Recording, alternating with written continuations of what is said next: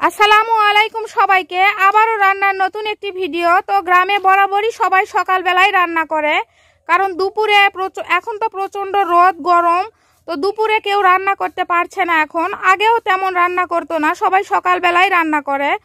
তো এই যে পেঁয়াজ কাটা বাছা চলছে, পেঁয়াজ মরিচ। বড়াম্মা আজকে কি দিয়ে রান্না বলেন তো? করলা দে, আলু দে, সাজনা দে, নিরামিষ তরকারি বাবা দে। করলা আলু সজনে ডাঁটা দিয়ে নিরামিষ কি বুঝি জানি না। তো এই যে সব মিক্সড করে মনে হয় রান্না করবে। তো এই যে কাটা বাছা করছে বড়াম্মা। তো কাটা বাছা শেষে এই যে এপাশে চুলার পার ভাত রান্না করা হবে। তো বরাবরই বড়াম্মা চুলার পার আপনারা দেখেন।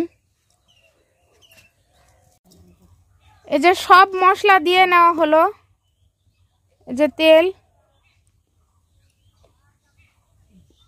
তো এখন হাত দিয়ে ভালোভাবে মেখে নেওয়া হবে। তরকারি মাখানোতেই মজা। তো বড়াম্মা সব সময় অনেক সুন্দরভাবে তরকারি মেখে দেয় হাত দিয়ে।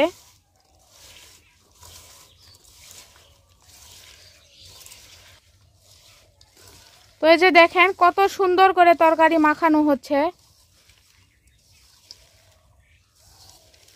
তো এগুলো সব মিক্সড তরকারি রান্না করা হবে।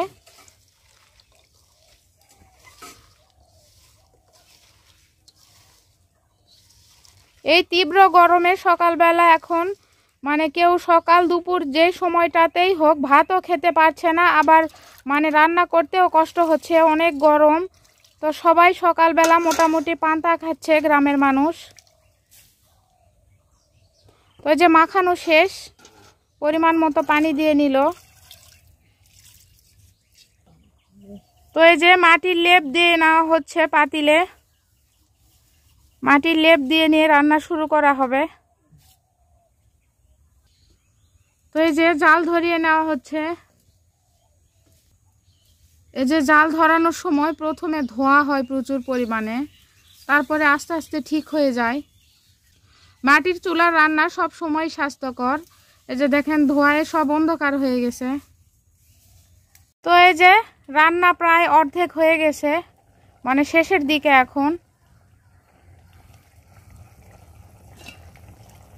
এই যে ভাতের বলক উঠছে। তো গ্রামের ভাষায় বলে ভাতের বলক ওঠা। তো এই যে ভাত ফুটছে নাকি দেখা হচ্ছে, লাকড়ি দিয়ে এভাবে গ্রামের মানুষ দেখে ভাত ফুটছে নাকি ফোটেনি নাকি। তো এই যে তরকারিও প্রায় শেষের দিকে। তো ভিডিওটি আমি এখানে শেষ করছি। পরবর্তী ভিডিও দেখার আমন্ত্রণ রইল সবাইকে। আল্লাহ হাফেজ।